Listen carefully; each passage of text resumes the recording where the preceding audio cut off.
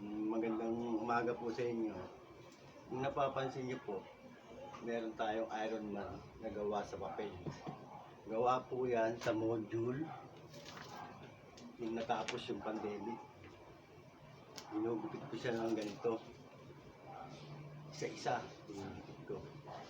Sabi niyo po, ito po siya. Ngayon, dinidikit ko po siya ng gaw-gaw. O kaya naman, yung natira kong stick weld, ginawa akong glue. Pakita ko sa inyo yung sample. Sabi ko muna. Ito po yung ginagawa ko. Po yan. Kasi nyo, lalagyan ko siya ng pandikit. Yan. Dikit ko siya isa-isa. Nagmamas. Paper mask kung tawagin.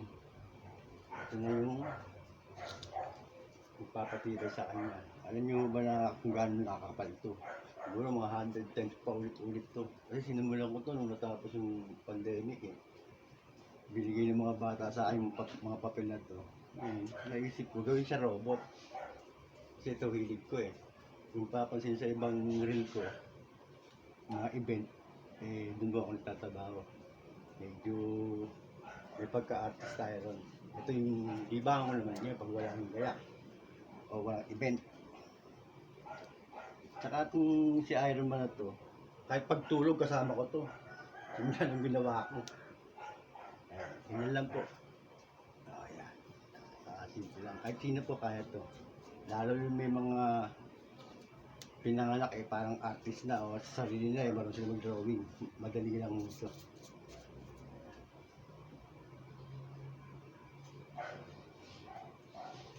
Ganyan nyo lang, imamas, paper mask lang, kahit gaw-gaw, glue, pwede. Yan lang po yan. Matagal ko nung ginawa natin, may 1 year na rin siguro, may higit pa.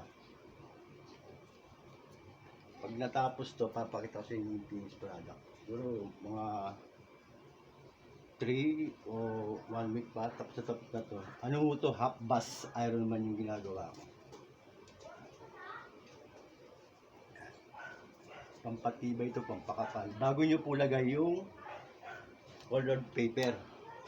Dilaw to. Yung mga pula niyan, puro colored paper po yan. Tignan natin.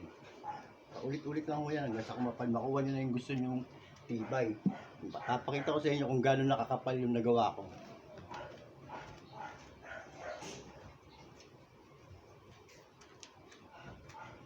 Ito po, actually, kamay niya to. Pero ginawa ko muna siyang half bus. Ganyan na ho sa kakapal. Oh. Ginawa ko muna siyang half bus.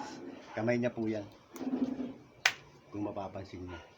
Ginawa ko muna siyang half bus. Saan ako gagawa nung buo. O yung standing na life size.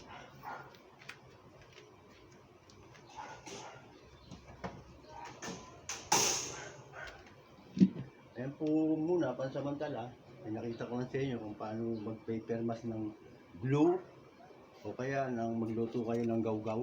Napakasimple lang. Kayang-kaya nyo ito kahit sino kaya.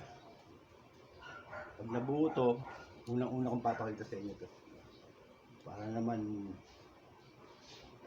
yung mga may idea na. At saka hindi siya magastos.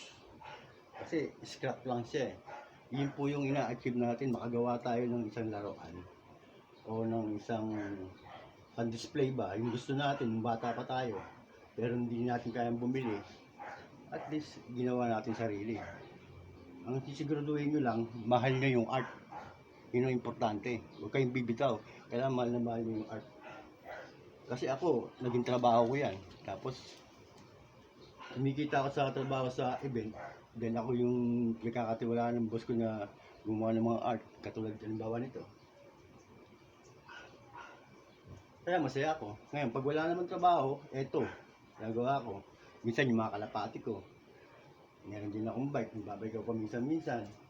Kaya lang ka, ikot-ikot yung buhay natin. Kaya mas maganda, may pinaglilibangan ka. At saka, may nagagawa ka sa buhay mo. Kaya ganyan-ganyan nyo lang po. Ayan, yun lang. Hanggang sa makuha nyo yung tamang korte ng balikat, muscle man, daliri man, o kung ano man, eh, tigilan nyo na. I-finish nyo na ngayon, patuyuin nyo. Pag nakuha nyo na yung tamang gusto nyo katulad sa kabila, i-finish ko lang to ng color or i-retouch ko na lang katulad ito.